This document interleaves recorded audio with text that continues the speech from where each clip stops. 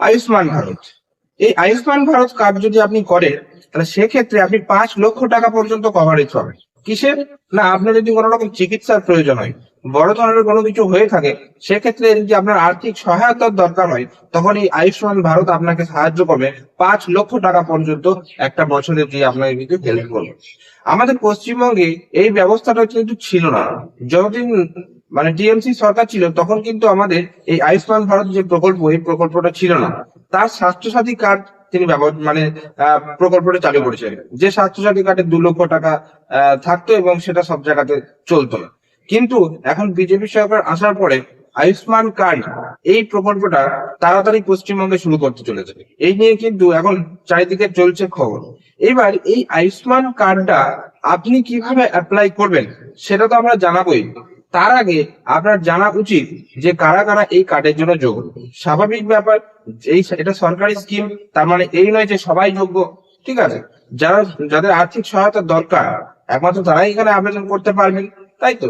তো এখানে আমি এবিপি আনন্দের একটা প্রতিবেদন পেলাম, যেখানে একদম ডিটেলসে দেওয়া রয়েছে যে কারা কারা আবেদনের যোগ্য। ভাবলাম আপনাদেরকে জানানো উচিত, তাই আমি স্ক্রিন রেকর্ড করে আপনাদেরকে দেখাচ্ছি, তাহলে পুরো বিষয়টা আপনারা কিন্তু বুঝতে পারবেন।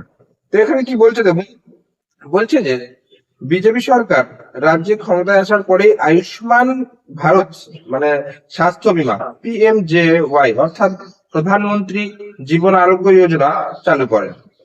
খোদ প্রধানমন্ত্রী ভারত সরকারের এই ফ্ল্যাগশিপ স্বাস্থ্য বীমা পশ্চিমবঙ্গে চালু করার কথা বলেছেন। যেহেতু আপনারা প্রত্যেকে জানেন যে পশ্চিমবঙ্গে এটা চালু ছিল না, এবার বিজেপি সরকার যখন যে এসেছে, সে কিন্তু এটা চালু করার ঘোষণা কিন্তু করে দিয়েছে। রাজ্যের প্রথম ক্যাবিনেটই পাশ করার কথা এই যোজনা। একবার এই বীমা চালু হলে 5 লক্ষ টাকা পর্যন্ত বিনামূল্যে চিকিৎসার সুযোগ পাবেন আপনি। রাজ্যে কারা এই সুবিধা পাবে, এই বিষয়টা একটু ইম্পর্টেন্ট। দেখুন, গ্রামীণ এলাকায় যারা সচরাচর গ্রামে বাস করেন তাদের জন্য কি বলুন, 1 নাম্বার পয়েন্ট, গ্রামীণ এলাকায় যাদের শুধু একটি মাত্র কাঁচা ঘর, মাটির দেওয়াল ও চাল আছে, তারা কিন্তু এই মানে আবেদনের যোগ্য আর কি। পরিবারে 16 থেকে 59 বছর বয়সী কোনো সক্ষম প্রাপ্তবয়স্ক সদস্য যদি না থাকে, তাহলে কিন্তু আবেদনের যোগ্য। মানে পরিবারে যদি কোনো রকম কর্তা টাইপ যারা একটা সক্ষম যদি সদস্য না থাকে, তাহলে তারা কিন্তু আবেদনের যোগ্য। পরিবারের প্রধান যদি একজন মহিলা হন, সেখানে কোনো প্রাপ্তবয়স্ক পুরুষ সদস্য না হয়, তাহলে কিন্তু আবেদন করতে পারবেন।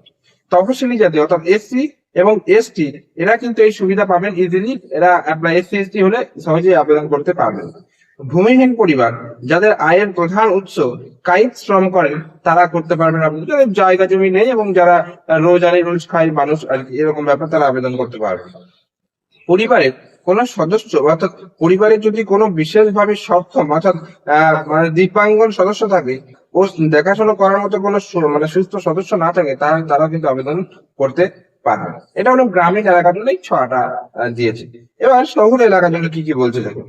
শহর এলাকার জন্য যেটা বলে, প্রথমত রাস্তার হকার, মুচি বা ফেরিওয়ালা, তারা অ্যাপ্লাই করতে পারবে। পরিচারিকা যদি থাকেন, ডোমেস্টিক ওয়ার্কার্স, তারা আবেদন করতে পারবে। আবর্জনা সংগ্রহকারী যারা রয়েছে, যেমন ওই রাস্তায় রাস্তায় নোংরা কুড়িয়ে বেড়ায়, তারা সেগুলো বিক্রি করে, তারা আবেদন করতে পারবে। নির্মাণ শ্রমিক, প্লাম্বার, রাজমিস্ত্রি, রং মিস্ত্রি, এরা প্রত্যেকে আবেদন করতে পারবে। রিক্সা চালক বা শ্রমিক যারা রয়েছে, পরিবহন শ্রমিক, মোটামুটি যারা শ্রমিক আর কি, লেবার, তারা কিন্তু প্রত্যেকে আবেদনের যোগ্য। দোকানের কর্মচারী, ঝাড়ুদার, বাবার বাড়ি, এরা সবাই লেবার, এরা কিন্তু সবাই আবেদন করতে পারবে। নতুন সংযোজন রয়েছে, সেটা কি বলছে দেখুন। 70 বছর বয়সী বেশি, 70 বছর থেকে যাদের বেশি বয়স, তাদের কি বলছে 2024-25 সালে আপডেট অনুযায়ী 70 বছর বা তার বেশি বয়সে বেশি বয়সী দেশের সমস্ত প্রবীণ নাগরিক এই সুবিধার আওতায় আসবেন। এক্ষেত্রে তাদের পরিবারের আর্থিক অবস্থা যাই হোক না কেন, তারা আলাদাভাবে 5 লক্ষ টাকা কভারেজ পাবে না। যদি কোনো পরিবারে কোনো সদস্য রয়েছে যার বয়স 70 বছর বা তার বেশি, তারা বড়লোক হোক বা গরিব, প্রত্যেকে আবেদনের যোগ্য রয়েছে। এটা 2024-25-এর অনুযায়ী। এবার দেখুন কারা এই সুবিধা পাবেন না, তাদেরকে বলছে দেখুন কারা এই সুবিধা পাবেন না। যাদের নিজস্ব পাকা বাড়ি আছে, তারা এই সুবিধাগুলো কিন্তু পাবেন পাবেন না, সরি। যাদের বাড়িতে 2 হুইলার বা 3 হুইলার আছে, তারা কিন্তু এটা পাবেন না।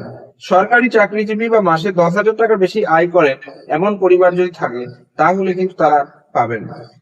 যাদের কিষাণ ক্রেডিট কার্ড আছে এবং কিষাণ ক্রেডিট কার্ডের লিমিট হচ্ছে 50,000 টাকা, তারা কিন্তু পাবেন না।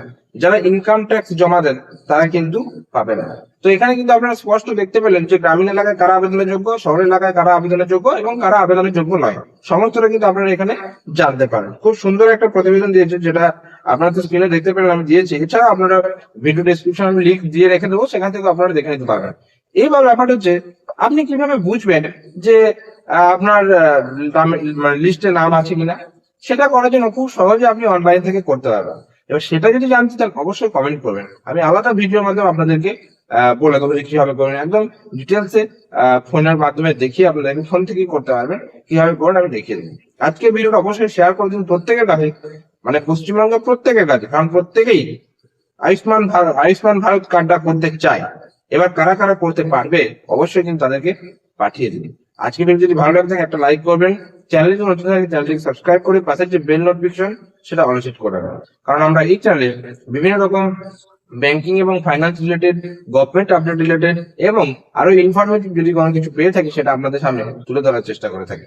তো আজকে ভিডিও এ পর্যন্তই, দেখা হচ্ছে পরের কোনো ভিডিওতে। ততক্ষণ পর্যন্ত প্রত্যেকে সুস্থ থাকুন, ভালো থাকুন, টাটা এবং ধন্যবাদ সকলকে।